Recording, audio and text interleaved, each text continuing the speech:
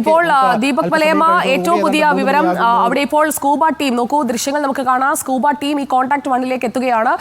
പുഴയുടെ നിരപ്പ്, അതായത് പുഴ നേരത്തെ ഒഴുകിയിരുന്നതിനേക്കാൾ കുറച്ചുകൂടി നദിയിലെ ജലനിരപ്പ് താഴ്ന്നിട്ടുണ്ട്. ഒപ്പം അടിയൊഴുക്ക് ശക്തമായ ഇടമാണ്. അവിടെ ഇപ്പോൾ സ്കൂബ ടീം ഒരു ട്രയൽ ഡൈവ് നടത്താൻ പോകുന്നുവെന്നാണ് ദൃശ്യങ്ങളിൽ നിന്ന് മനസ്സിലാക്കാൻ കഴിയുന്നത്. ഒരു ട്രയൽ ഡൈവ്, അതിനായി ഒരു ഫസ്റ്റ് ടീം അവിടേക്ക് പോകുന്നു. 5 പേരാണ് ആ ബോട്ടിലുള്ളതെന്നാണ് ദൂരെ നിന്ന് കാണാൻ കഴിയുന്നത്. അപ്പോൾ ഒരു ട്രയൽ ഡൈവ് നടത്തിയതിനു ശേഷം ഭാഗത്തു നിന്നും കോൺടാക്ട് 1 ആയി ഐഡന്റിഫൈ ചെയ്തിരിക്കുന്ന ട്രക്ക് കിടക്കുന്നു എന്ന് കരുതുന്ന സ്ഥലത്തേക്ക് സ്കൂബ ടീം ഇറങ്ങുന്നു. അതാണോ അടുത്ത മിനിറ്റിൽ സംഭവിക്കാൻ പോകുന്നത്?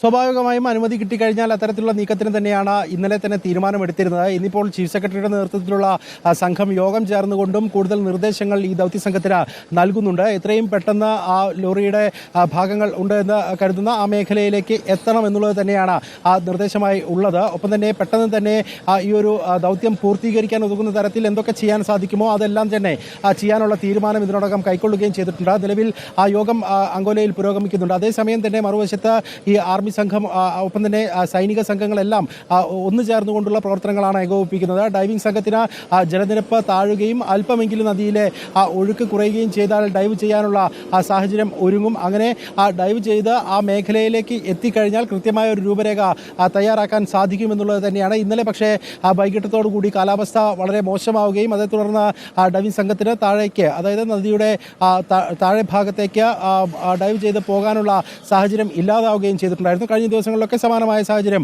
രൂപപ്പെടുകയും ചെയ്തിട്ടുണ്ട്. നദി നിറം മാറി ഒഴുകുന്നത് നമുക്ക് ആ ദൃശ്യങ്ങളിൽ തന്നെ കാണാൻ സാധിക്കും.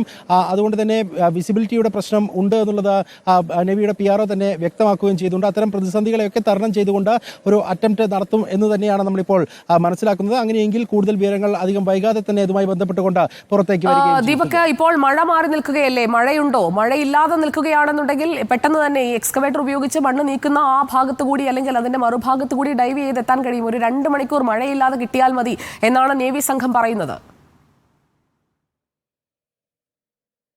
അതെ, മഴ ഇപ്പം ഇല്ല. പക്ഷേ ഞാൻ നമ്മുടെ ഡ്രൈവർ ഉള്ളത് ഇവിടെ ഉത്തരകന്നഡയിൽ തന്നെയുള്ള സ്വദേശിയാണ്. അദ്ദേഹത്തോട് സംസാരിക്കുമ്പോൾ അദ്ദേഹം പറയുന്നത് ഇന്നും നാളെയും ഇവിടെ സ്കൂളുകൾക്ക് അവധി കൊടുത്തു എന്നാണ് പറയുന്നത്. കൂടുതലായുള്ള മഴയ്ക്കുള്ള സാധ്യത കണക്കിലെടുത്ത് അങ്ങനെ അവധി കൊടുത്തിട്ടുണ്ട് എന്നുള്ളതാണ് ഡ്രൈവർ നേരത്തെ നമ്മുടെ അടുത്ത് പറയുകയുണ്ടായത്. അങ്ങനെ നോക്കുമ്പോൾ മഴ പൂർണ്ണമായും മാറി നിൽക്കുമെന്ന് കരുതാൻ കഴിയില്ല. പക്ഷേ അല്പമെങ്കിലും സുജയ പറഞ്ഞതുപോലെ ഏതാണ്ട് 2 മണിക്കൂറെങ്കിലും അത്തരത്തിൽ മഴ മാറി നിൽക്കുന്ന സാഹചര്യം ഉണ്ടായാൽ അതെന്തുകൊണ്ടും ഗുണകരമാകുമെന്ന കാര്യത്തിൽ തർക്കവുമില്ല. പ്രത്യേകിച്ച് ഡ്രോൺ സിസ്റ്റം എത്തുമ്പോൾ അതിൻ്റെ സ്വാഭാവികമായ പ്രവർത്തനത്തിന് അത് ഏറ്റവും നല്ലതാണ്. ഒപ്പം തന്നെ ഈ സ്കൂബ ഡൈവേഴ്സിന് എത്രയും പെട്ടെന്ന് ആ കോൺടാക്ട് 1-ലേക്ക് എത്തിച്ചേരാൻ ഒതുങ്ങുന്ന ഒരു സാഹചര്യം ഉണ്ടായാൽ അതും നമുക്ക് കൂടുതൽ വിവരങ്ങൾ പെട്ടെന്ന് പുറത്തേക്ക് എത്തുന്നതിനും ഒപ്പം തന്നെ അർജുന വാഹനത്തിനകത്തേക്ക് കുടുങ്ങിക്കിടക്കുന്ന സാഹചര്യമുണ്ടോ തുടങ്ങിയ കാര്യങ്ങളിലൊക്കെ ഒരു വ്യക്തത വരുത്തുന്നതിനും സഹായിക്കും. അങ്ങനെ ഈ അന്തരീക്ഷം പെട്ടെന്ന് കലുഷിതമാകാതെ ഇരിക്കട്ടെ എന്ന് മാത്രമേ ഈ ഒരു ഘട്ടത്തിൽ നമുക്ക് ആഗ്രഹിക്കാൻ കഴിയൂ. നിലവിൽ ഉത്തരകന്നഡയിൽ ഓറഞ്ച് അലേർട്ടാണ് ഉള്ളത്. ആ ഓറഞ്ച് അലേർട്ട് അത് റെഡ് അലേർട്ടിന് സമാനമായ രീതിയിലാണ് അല്പം മുൻപൊക്കെ ഇവിടെ പെയ്തിറങ്ങിയ മഴ കണ്ടാൽ തോന്നുക. പക്ഷേ ആ ഓറഞ്ച് അലേർട്ട് ഉണ്ടെങ്കിൽ പോലും ആ മഴ അല്പമെങ്കിലും മാറി നിൽക്കട്ടെ എന്ന് ഈ ഒരു ഘട്ടത്തിൽ പറയാം. ഓക്കെ, ദീപക് മലയമ്മയാണ് വിവരങ്ങൾ നൽകിക്കൊണ്ടിരിക്കുന്നത്.